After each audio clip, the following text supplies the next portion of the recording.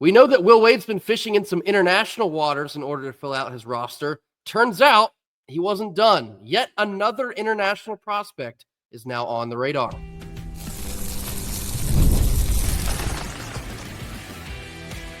You are Locked On Wolfpack, your daily podcast on the NC State Wolfpack, part of the Locked On Podcast Network, your team every day. What's up, Wolfpack Nation? It's time to get locked in with Locked On. Thanks for making Locked On Wolfpack your first listen each and every day. We are free and available wherever you get your podcasts and on YouTube, part of the Locked On Podcast Network, your team every day. Our Tuesday show is brought to you by FanDuel. Right now, new customers can sign up today and get $200 back in bonus bets if that first $5 bet wins. Head on over to FanDuel.com in order to get started today. Happy Tuesday to all. As always, I'm Grayson Boone, joined by former Wolfpack defensive tackle Kenton Gibbs. Kenton, as we've been kind of anxiously waiting here the last couple weeks for Will Wade to continue to finalize his year one roster here in Raleigh, another prospect has now suddenly appeared on the radar as they've taken an official visit from this past weekend. It's another international prospect, Finnish guard, and I hope I'm saying this correctly. It looks like it's pronounced Jayme Kontuniemi. Now, he's from Finland, so perhaps it's like Jayme or Yami. I don't know. It looks like Jayme Kontuniemi recently took a visit to NC State over the weekend. He is a 6'4" guard, athletic, very long, very lengthy, very versatile in what he can do at the guard position. Now, another name here that has completely come out of left field, Kenton. What do you read into that about what Will Wade is trying to do here with this roster spot? I think it's very interesting that Jayme is a player that one of the strengths listed for the young man is that people feel like he's a good finisher. Get it? Finish. Anywho, in all seriousness, I think that the roster's coming together super well. It really and truly is. I think that Jayme would be an excellent addition. Again, this is a situation where we're looking at Will Wade and staff putting together this roster that's composed of a bunch of guys that are supposed to fit in a proper way. It's not just about being first going out there and getting guys. It's about getting our guys. It's about getting guys that are going to buy in. It's about getting guys that, like he said, want to be at NC State. He fits into what Will Wade has said time and time again in terms of, I want players who want to be here and also plays with a certain edge. If you watched any of the kids' highlights and whatnot, you can see he's very aggressive in terms of going downhill. He's not just the kind of guy that's going to settle for jump shot after jump shot after jump shot. He gets to his spots and hits his shot when he can, but he's no stranger. He's no foreigner to going to the rim and kind of having his way there. He has the ability to shoot the ball. He's shown that. He's good in the mid-range, good from outside, but he has the ability to finish as well. I'm very interested to see what he brings to this NC State team. More than anything else, I'm very interested to see his temperament because you can only gather so much from highlights and you can only gather so much from other people's scouting reports on guys. And one thing I'm very interested in is this a Will Wade guy? That feisty, that get in people's faces? Because just because it's a Will Wade team doesn't mean every player has to be that way. You're always going to have those guys that are a little bit more reserved, a little bit more kind of introverted or not as vocal, but they communicate when they have to defensively and all that. I'm interested to see what this young man's temperament is. I think he'd be an excellent addition. Yeah, it's interesting. As is typical with international recruits, there's not a ton out there that you can kind of watch or learn about. But from what we've seen in very limited capacity, he seems like a potential, like a project of a take here. And my first reaction when I saw NC State hosted somebody over the weekend, I'll be honest with you, I kind of like froze for a second. I was like, well, what does that mean? Where's this heading? And then the more I looked into it, it kind of links back to what I was saying yesterday. I do believe that one of the final roster spots that Will Wade's looking at is going to be a player that doesn't necessarily contribute this year, but perhaps later on down the road, they can be a contributor after, a couple of years in the system. That is what I perceive Jayme to be here if he does commit to NC State. I think he will be a multiple year, project. I don't want to call him a project, but you understand what I'm trying to say here. He's a guy that you take. He's not one of the guys that's a showstopper, and he's expecting to leave after a year or so. Right. He's a depth piece. He fills that need, but, I don't anticipate him being a contributor in year one. And that's fine. If that's all it is, that's fine.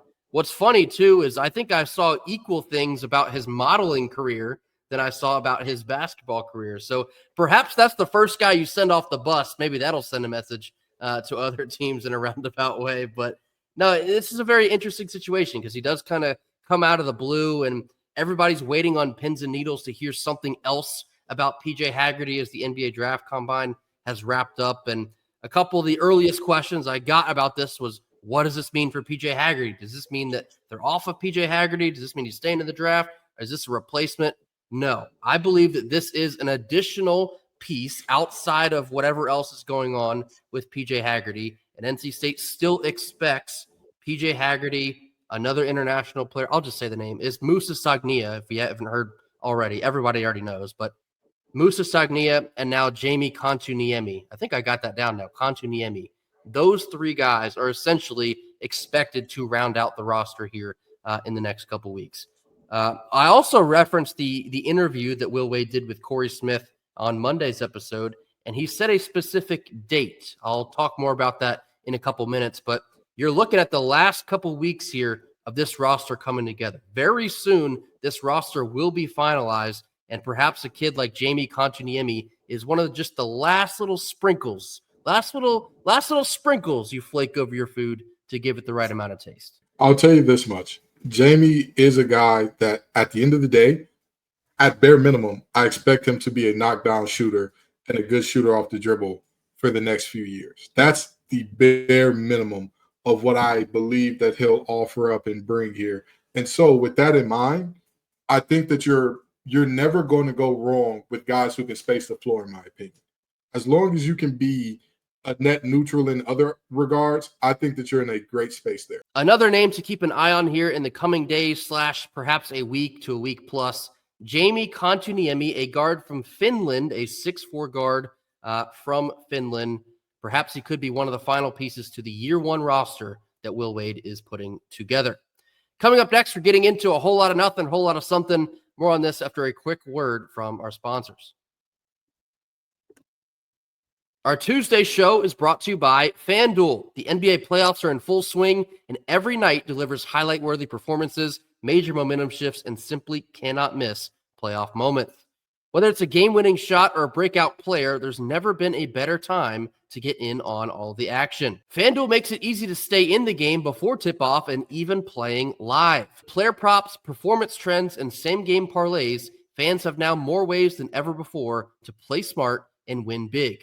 Who are you taking in the Eastern Conference Finals coming up? The Canes or the Panthers? Or maybe on the basketball side, the Pacers or the Knicks? There's so much action to get in on over on FanDuel, and right now is the perfect time. If you are new, you can head on over to FanDuel.com, place your first $5 bet, and if it wins, you can get $200 back in bonus bets guaranteed. Yes, that's right. Just a $5 bet that wins, you'll get $200 back in bonus bets to use at your disposal.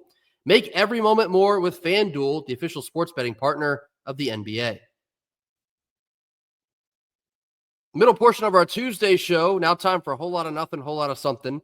3 topics. We'll tell you exactly where we stand on them. So first one here, the early entry withdrawal deadline for the NBA draft is May the 28th. And if you did listen to the Corey Smith interview with Will Wade said he expects to be in a great place with his roster by May 28th. Whole lot of nothing, a whole lot of something. Whole lot of something with the Windhorse fingers. Why would that be exactly? The date? What is it about that date in particular, that 28th, that makes him say the roster will be complete on this day?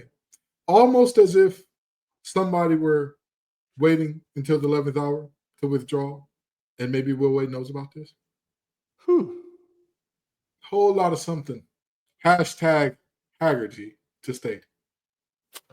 Hashtag Haggerty to state indeed. That was basically all I needed to hear, which confirms that Will Wade expects PJ Haggerty to come to NC State. And we know that Haggerty had a great couple days at the NBA draft combine, and he said that he was committed to the draft process. I assure you, that's what they all say. Nobody goes there to say, yeah, I got 1 foot in, 1 foot out, seeing where I can get the most money. Not a single player will you ever find saying such a thing. So he had a great week, and that's a good thing for us because it gives us only a lot more to be excited about. I do anticipate that PJ Haggerty will be coming to state. It will be a fantastic addition to this roster. And we've said it before. We've said it a million times. I'll say it one more time here. He takes this team immediately to another level. So for right now, until that becomes finalized, it's a whole lot of something. Second one here, starting pitchers Ryan Marone and Dom Fritton, Romcom Dom, were tabbed all ACC third team for the regular season in ACC baseball. Whole lot of nothing, a whole lot of something. I'd say a whole lot of something in that they're getting their acknowledgement, they're getting their due and all that. I honestly think you could have moved Marone up a little bit there. I think third team, it's being nitpicky, but I think you could have moved him up there. But, Romcom Dom, when he was rolling at his peak, nasty stuff. It's just that there was that little stretch there in the middle of the season where it was like, hey, buddy, we need some outs. So I absolutely understand. But again, these two, fantastic for more of the year than not. Well-deserved young men. Both of them, congratulations. Whole lot of something. Yeah, and both are throwing exceptionally well right now. I mean, Marone gave you a great start on Thursday night against Stanford. Dom gave you a great start on Friday, even though it ended up to not be enough because we couldn't give him the run support to make it matter. It's a whole lot of something for right now to Kenton. They're getting their recognition for what were two very good seasons, but NC State needs it to be a whole lot more. Getting into this ACC tournament, we talked about what it means to be the 4 seed. Well, we'll talk more about it in just literally like 5 seconds. But when you have the starting pitching like Marone and Romcom Dom, you can compete for an ACC title. So they've been throwing really well. If they continue that this week, NC State should have a pretty good shot to take it all. And last one here, as I just said, NC State baseball will be the 4 seed in the ACC tournament. So they do secure that double bye. Whole lot of nothing, whole lot of something. I'll say a whole lot of something because this is a situation where the double bye was going to be crucial. You don't want to have to play too many arms. You don't want to have to wear out your best guys playing 5 games in 5 days in terms of baseball. To me, and maybe I'm crazy here, I think it's tougher to win 5 games in 5 days for baseball than it is for basketball. I really 1,000%, 1,000%, yes. Because by that point, imagine if you were going into game 5 and it's like, hey, DJ Burns ain't going to be available. What? Yeah, he just went out there and did his drop step count reached 80. We got to stop. He cannot do anymore. Like, okay, that'd be a serious problem. So when you look at that, I mean, I think it's a whole lot of something to have a situation where instead of 5 games in 5 days, you got 3 and 3. And actually, not even 3 and 3, because isn't there a break between some of these games? Like, yes. So yeah, this double bye, massive. Yeah, and I'll discuss that more in just a second. We're going to break down the bracket and the draw that NC State got. But yeah, it's a whole lot of something. It's a great draw. All things considered, as disappointing as it was to finish the year the way that we did, they still have a really good draw. And again, we'll get into that in depth here briefly. But to get that double bye, in my opinion, I do think it's just a tad more important than it was to win the regular season title. Now, again, I'm not downplaying that. It's important, and I hate that we didn't get it done because it was literally right there within our grasp, and we let it slip between our fingers. But what is more important is that you put yourself in a great spot to be competitive for an ACC title, the ACC tournament title. You have a double bye, which makes it just a 3-game series in all reality here. You have the pitching, like we've said all year. This team has the pitching to make some noise in the postseason. Right now is where you make it matter. When you have Ryan Marone, you have Romcom Dom, and I don't know. Once we get in the postseason, I would anticipate that you see Anderson Nance get a start or two if it comes to that. Those 3 are good enough to lead you to an ACC title. So we'll see how this shakes out, but NC State getting that double bye is most certainly a whole lot of something. And coming up next, we're going to take a deeper look at this ACC baseball tournament bracket. I do believe that NC State has a pretty good draw, but it will be up to them to make it matter. More on this after a quick word from our sponsors. Last couple minutes of our Tuesday show. The ACC baseball tournament will begin on Tuesday. Now, NC State will not play until Thursday evening, a 7 p.m. game at the DBAP, Durham Bulls Athletic Park. But I want to take a look at how this draw shapes out for NC State. They are the 4 seed.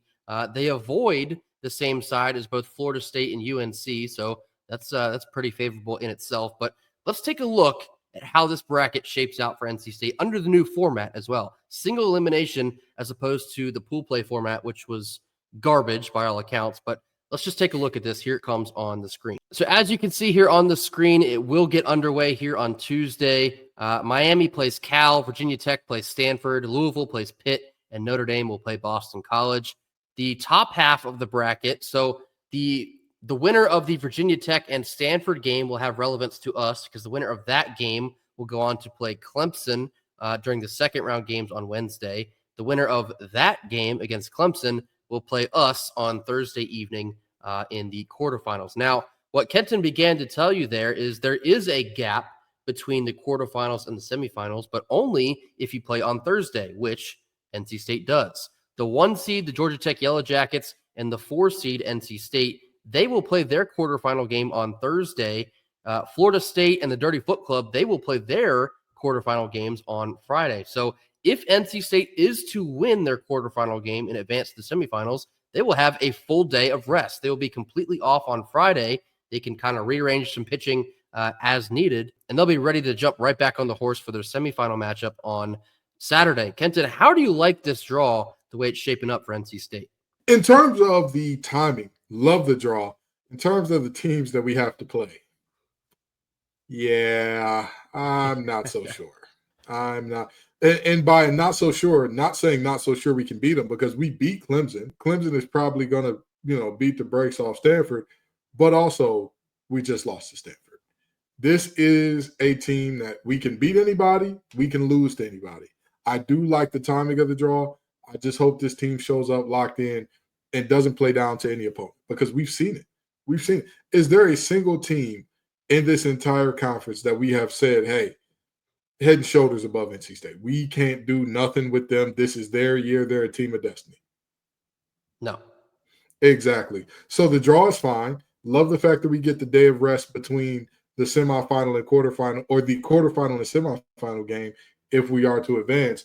But again, I just need this team to show up, because when they're locked in, they're tops. The problem is we've had those lapses where it's like, this team is unrecognizable. And here's where I really like this draw for NC State, and exactly why I referenced their pitching and the way that suits them as well. I would imagine that you're going to get Ryan Marone to go in our quarterfinal game. And you can't put the cart in front of the horse, because it is very much single elimination. There's no pool play. There's no playing games that don't matter. But what that means for the other teams around us, and again, you can only really focus on NC State. I get that too. But for example, like let's say NC State makes it to the championship game. Let's say, for example, the Dirty Foot Club has to play Virginia. Does the Dirty Foot Club throw their best pitcher, Knapp, in that first game? They might. So by the time that either the Dirty Foot Club or Florida State or anyone else that comes out of the bottom of that bracket, by the time they get to hypothetically us in the championship game, they've probably already burned their best arm. They've probably already burned their Jamie Arnolds if you're Florida State, or Jake Knapp if you're the Dirty Foot Club, or whoever else from Duke or Virginia, or somebody else makes it from Tuesday. NC State's pitching staff is perhaps one of the most well-organized for this three-game setup, because if you have Ryan Marone going on Thursday, you have a day of rest before you play again on Saturday if you win. Saturday, when you're in the semifinal, you could throw Rom-Com Dom. You could throw Anderson Nance, because he's been one of your best arms for the majority of the season. And whoever you don't throw on Saturday, hypothetically, you could throw on Sunday. You could have a fully rested Rom-Com Dom to throw in the ACC championship game. Tell me that you wouldn't feel decently good outside of your prototypical NC State nerves, but tell me you wouldn't feel good about the setup that NC State would have in that situation. This is why it was so vitally important that you get the double bye. This is why I was far more upset about fumbling around against Stanford and losing a national seed than I was about losing the regular season, because they're set up in a pretty solid situation here. They can compete for an ACC tournament title. Now, something that Kenton said I can't remember if you said it, Kenton, on Monday's show, or you said it off air on Monday's show, but if Avent is going to say something like, well, the ACC regular season title's for the fans, then you better show up for the actual tournament. You better flip a switch. You better turn it on and show us something If the regular season doesn't matter and the postseason does for you, you better come out and show us starting on Thursday. Absolutely. Crank this thing to the max. Play every game like it's your last, because let's be very real. For some of these young men, it is. It could be, rather. It could be. Not saying it could be as in they're not going to make the tournament. I'm saying this could be their last, or this very well will be some of these guys' last ACC tournament games ever. Ever. And as my coach, Jermaine Crowell, said, every group of seniors is going to cry, but only one group of seniors gets the privilege of crying tears of joy. Let our guys be those guys that can cry tears of joy that finally, after decades, and when I say decades, I mean decades. Grayson, when's the last time we won an ACC tournament? 1992. 92. For those of you who don't know, I am bald now, and Grayson has significantly gotten bigger and stronger than when he played club baseball, and neither of us were born then. Like, that's how long ago that was. Neither of us were a spark in our father or mother's eye at that time, last time, right? And we have both lived full lives where we've probably drunk much too much Fireball or Hennessy. Never mind, we're not going to get into that right now. But, like, this is a real moment that this NC State team has to go out and be historic. Like I said, we are no longer on the back nine of Elliott Avent. And this is no disrespect to him. This is no disrespect to Elliott Avent. He's a legend. I'm not saying we need to force him out into retirement or anything. I'm not saying that at all. I'm saying, just from common sense, he cannot do this for forever. He can't. It's time to get him one. It's time to go get him one here. I would have loved to see the Triple Crown, but damn it, if we get an ACC tournament and the College World Series ring out the deal, I'm all right with that. I'm mad at that. You know, you get hot at the right time, win about 8 games. I ain't mad at that.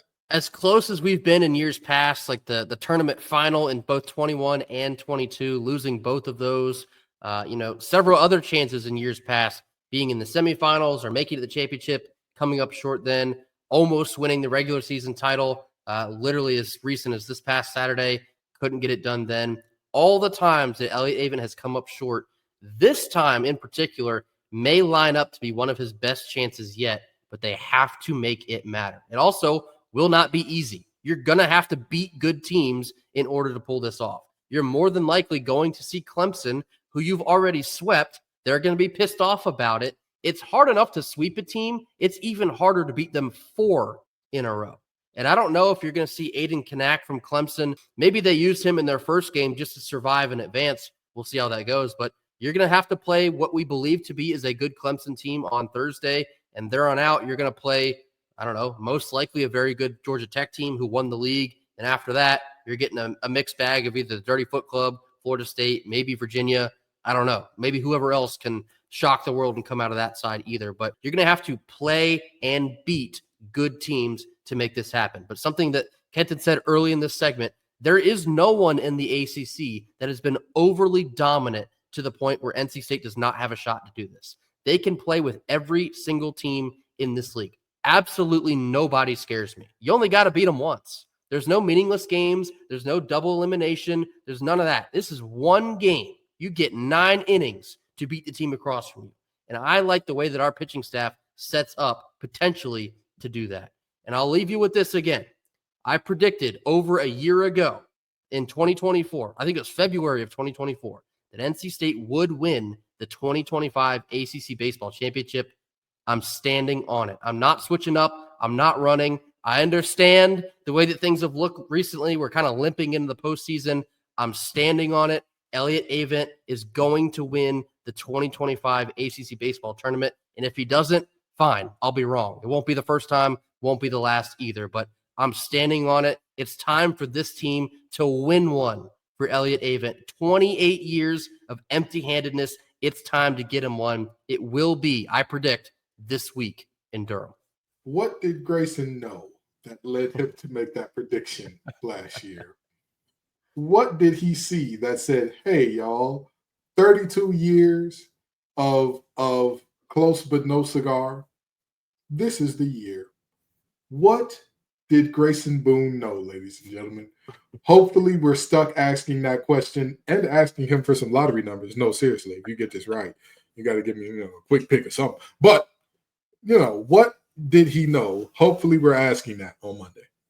If it happens, I'll tell you exactly how I came to that conclusion on Monday. So hopefully we have that conversation. We'll have to see. A lot of work to be done between now and then. But I do think this is a favorable draw and a favorable bracket setup for NC State to do what right now feels like the unthinkable. That will do it for us here on Tuesday. As always, thank you all so much for joining us. Be sure to hit that like button. Drop your comments in the comment box. Give us your thoughts on Will Wade continuing to pursue international prospects. Jayme Kontuniemi of Finland has now visited NC State. Seems to have gone very well. Perhaps he'll be in the fold here sooner than later. What does that mean for the roster? Give us your thoughts there in the comments. Give us your thoughts on NC State baseball as they now transition into the postseason. The ACC tournament's coming up this week. They've had several players earn all ACC honors. What does that mean as they get into the postseason? Anything else you have on your mind, drop that in the comment box as well. Mash that subscribe button. We'll see you right back here tomorrow on Wednesday for more. And until then, go Pack.